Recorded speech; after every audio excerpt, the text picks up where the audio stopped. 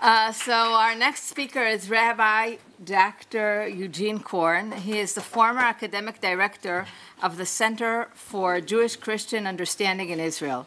His recent books include The Bible, the Rabbis, and the Jewish-Gentile Relations, Jewish Tradition and Ethical Values, and Jewish Theology and World Religions. His writings have been translated into Hebrew, German, Italian, Spanish, and he lives with his wife in Jerusalem. He will speak today about Jonathan Sacks on the Jewish Controversial Mission. Thank you very much. Just a brief correction to the bio.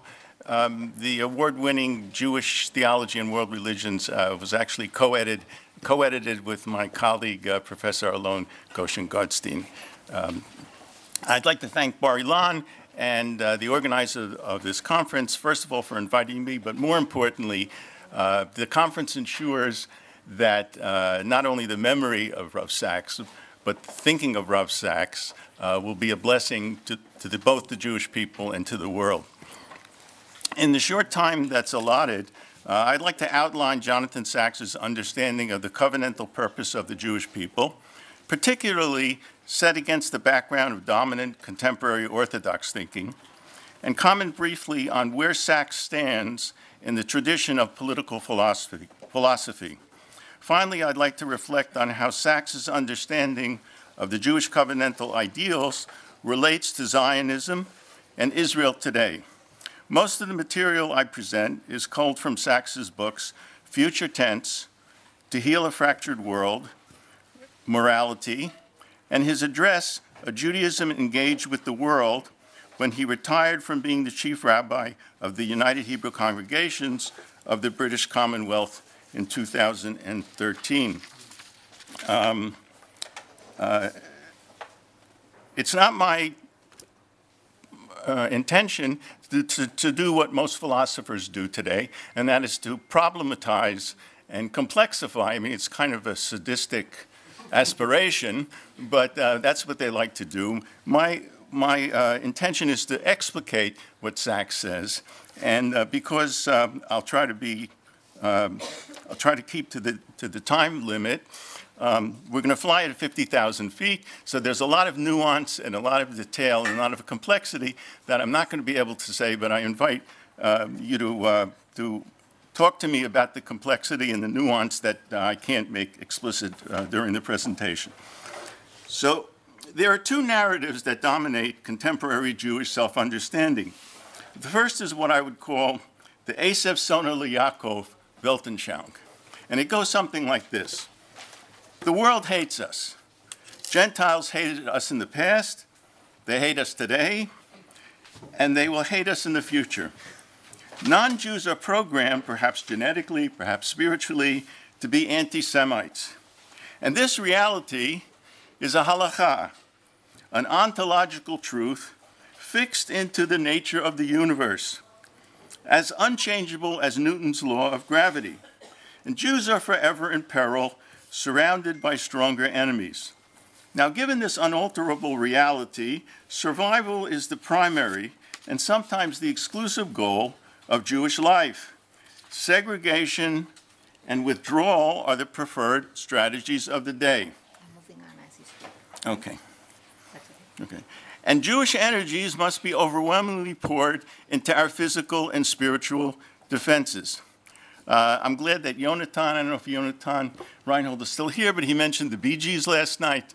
Advocates of this narrative are absolutely convinced that the Bee Gees had the Jewish people in mind when they wrote the song Staying Alive, Staying Alive.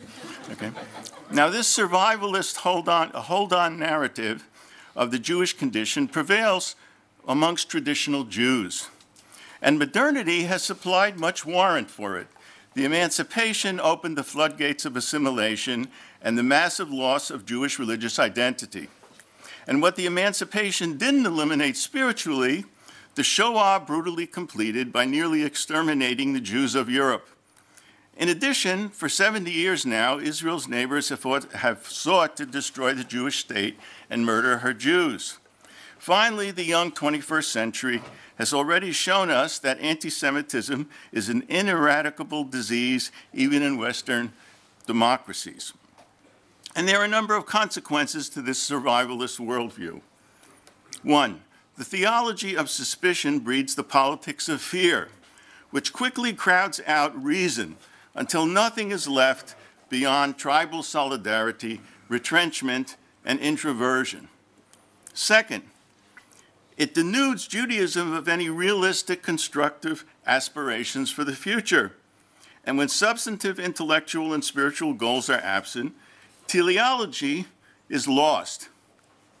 Thus, mitzvot, Torah study, ritual are shorn of any theological or creative purpose. We rhapsodize over the mechanics of halakha without paying attention to halakha's underlying cognitive, theological, or moral values. Religious life turns fideistic rather than rational and purposive. Three, this narrative nurtures a longing for a mythical, idyllic past, and hence is inordinately resistant to change. Rav Joseph Soloveitchik described this syndrome well when he labeled it, quote, a Festung, barricaded against the indifference of nature and the fluctuations of life.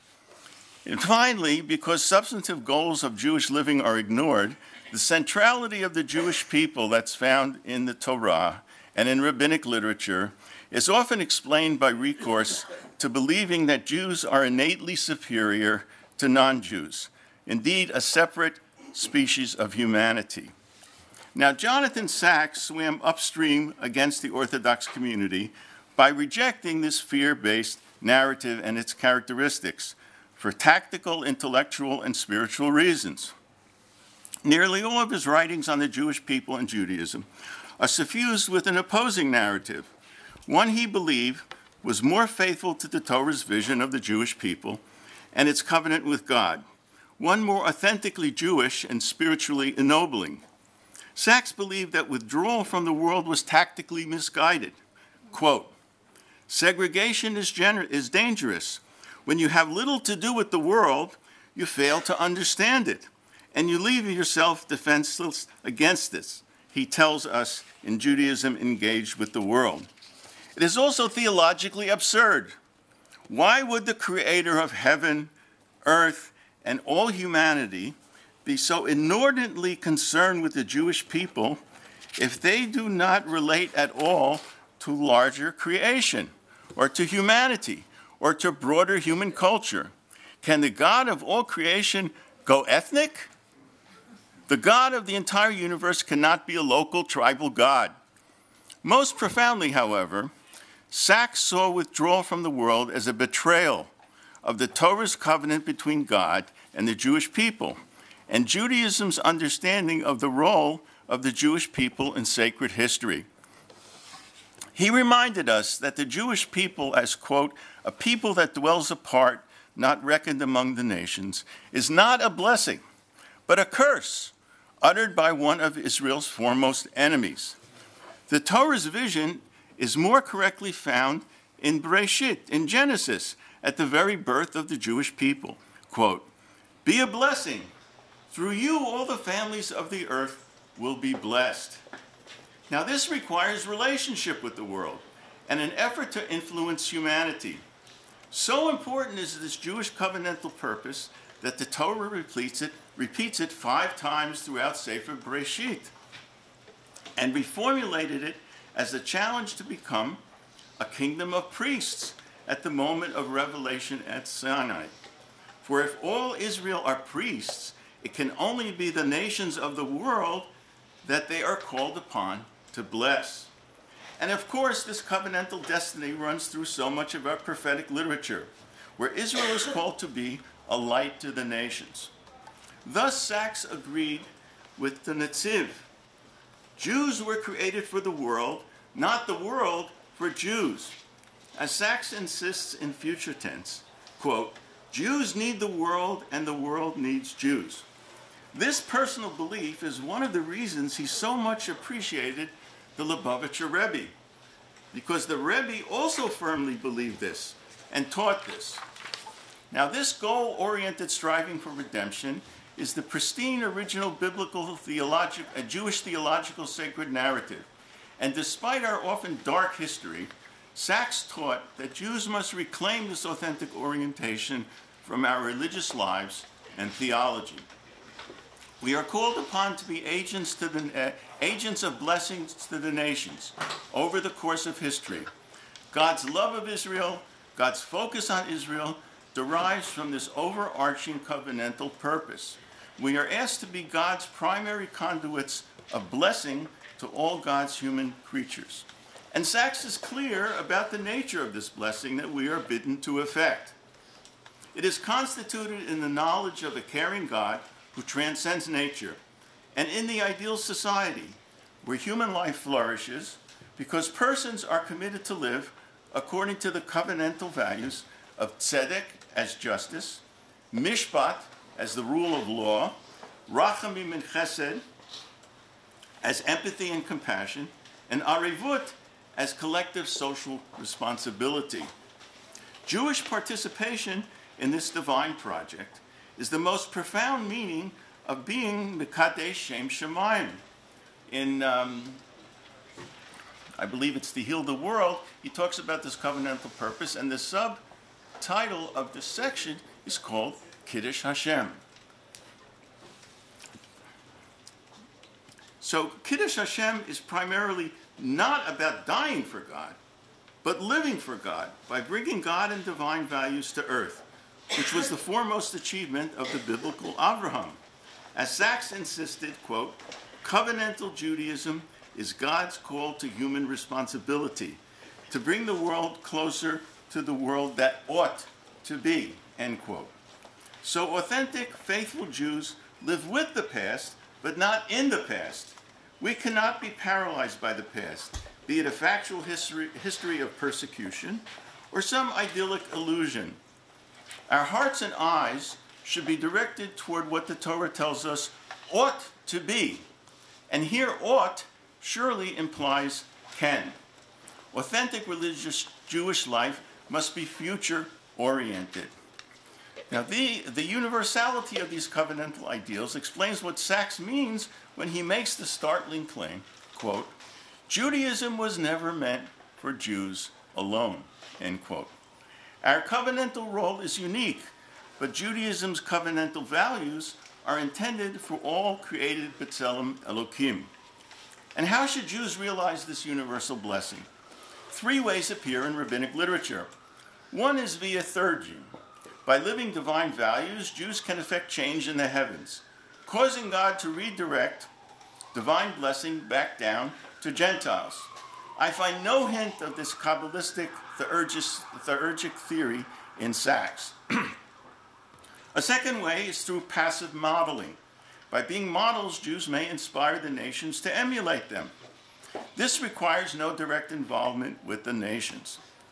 The third way is active engagement with humanity, being directly and actively involved with the nations as teachers and by committing ourselves to salutary moral and social acts, acts of tzedek, mishpat, and chesed.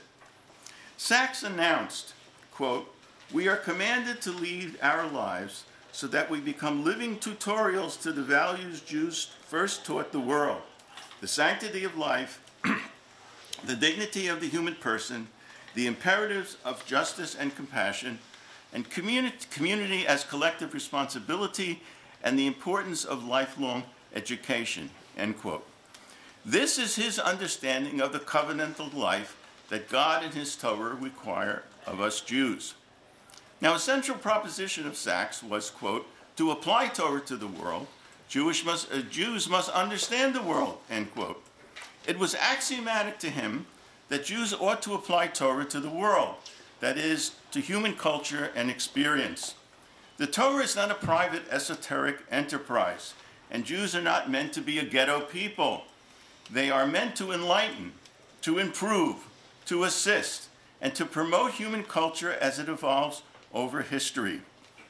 And to do so, Jews must immerse themselves in general human wisdom, chachmah, both technical and humanistic, and become leaders in the physical and spiritual progress of humanity. And this is a religious ideal. not merely some de facto concession to Gentile culture necessary for the purpose of survival. God wishes us to be a particular people with a universal mission. Now, curiously, the one Orthodox Jewish philosopher / rabbi who spoke this way was Eliezer Berkovitz. And curiously, Sachs almost never mentions Berkovitz. He does so in some of his early work, but in his later work, Berkovitz simply doesn't appear. So if anybody can explain this to me, I would welcome such an explanation. Now, for students of Enlightenment values or modern liberal culture, important questions arise. One, how different is Sachs's covenantal Judaism from the thin, desiccated, and now nearly theologically barren social gospel of liberal Protestantism? Or from the Enlightenment's assimilationist secularism? And given this universalist engagement with the world, how will Jews retain their distinctive identity? These questions deserve sustained analysis, but for now I offer three brief observations. One, Sachs gave this vision heft and credibility by his innumerable references and allusions to Jewish texts and traditions. Two, as we heard earlier, he rejected Enlightenment individualism for a more communitarian understanding of identity and ethics. Sachs saw Judaism as unique because the Sinaitic covenant imposes collective responsibility. I mean, after all, we are supposed to be a goy kadosh and a mamlechet kohanim, on the Jewish people as a whole, not merely as well-meaning individuals. And thirdly, Sachs emphasized that our commitment to tzedek, mishpat, and chesed is given theological urgency by the practical effectiveness through the expression of divine imperatives, mitzvot. These religious ideals were not merely cerebral philosophic notions or theoretical moral aspirations. And let me say a few words about Jonathan Sachs as a political philosopher. Immanuel Kant famously claimed, quote, "From the crooked timber of humanity, nothing can be made straight." This is a relatively late expression of the philosophical school of political realism, which takes its cue from the Latin dictum, homo homini lupus, that is, man is a wolf to other men. In this worldview, human beings are intrinsically aggressive and incorrigible. The best that governments, leaders, philosophers, and teachers can hope for is to restrain the powerful human tendencies toward deceit, violence, and war, as Hobbes put it. In the 20th century, Leo Strauss, Hannah Arendt, and Henry Kissinger were three of the best-known exponents of this conservative tradition in political philosophy. It was self-evident to them that human selfishness, aggression, and fear of others could not be permanently overcome. In Freud's words, quote, "Who in the face of all of his experience of life and history will have the courage to dispute this assertion?" Jonathan Sachs rejected this tradition and took direct aim at Kant when he wrote To Heal a Fractured World. He believed in historical progress and that individual and collective moral improvement was possible. He was convinced that the fundamental theological imperative of the Jewish people is to be leaders, teachers, and agents who bring about this moral and social progress over history. So, in the, quote, "in the face of all experience of life and history," this belief was Jonathan Sachs's deepest act of faith. Sachs was squarely in the tradition of political idealism. He was no naive nor foolish romantic. I would call him a sober, rational messianist. He was deeply conscious of war, power, aggression, and violence as facts of the human experience, particularly when it was directed against Jews. He wrote and spoke frequently about anti-Semitism. He devoted chapters of his books to it and spent generous energies fighting it.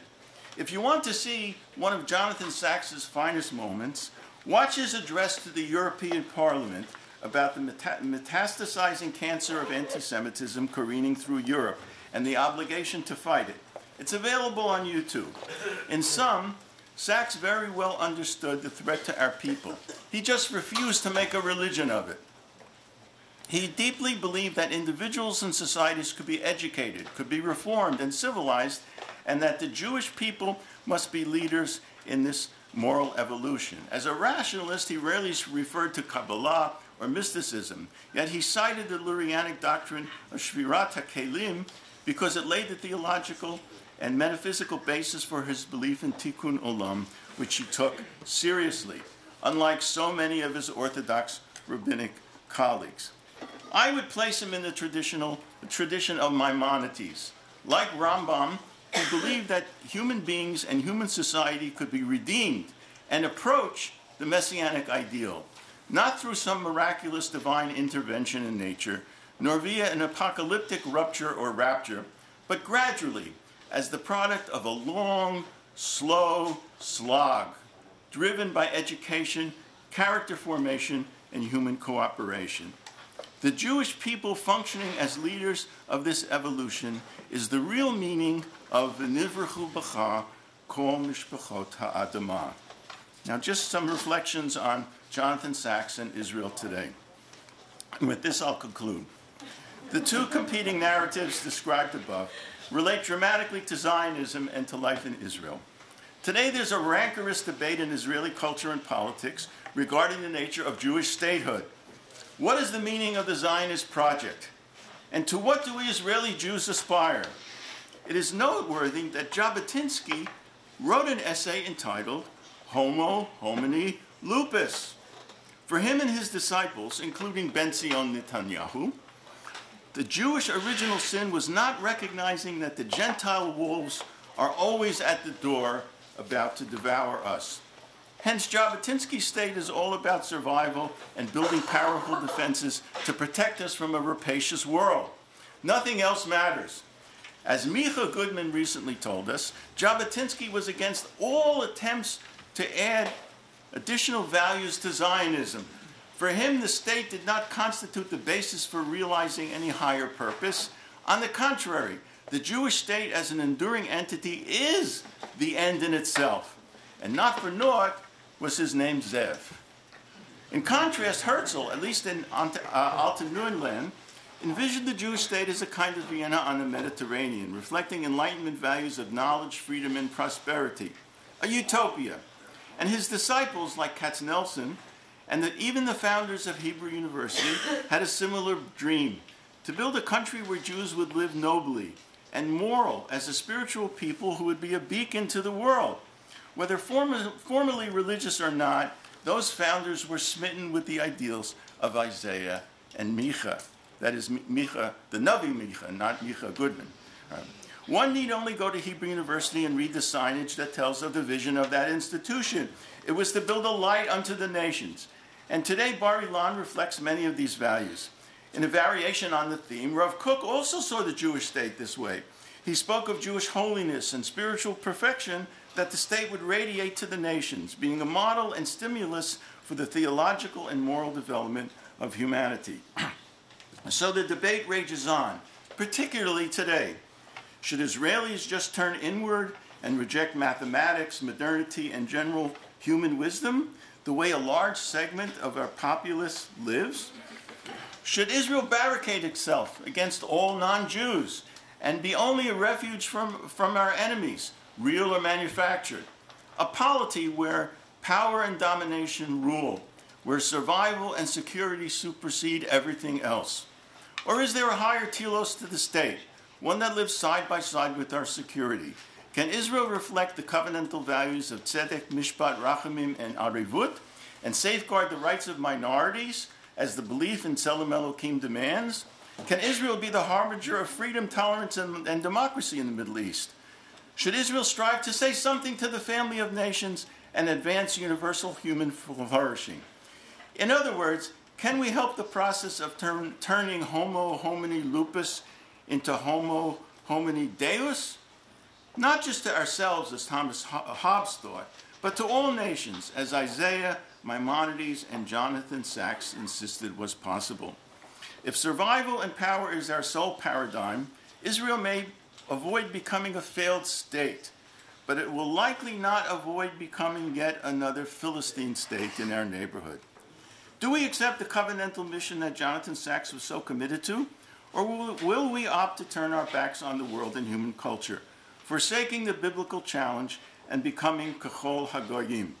This faithful choice is before us as a people, and most urgently as a Jewish state. And the Jewish future will be determined by how we answer this transcendent question. Thank you.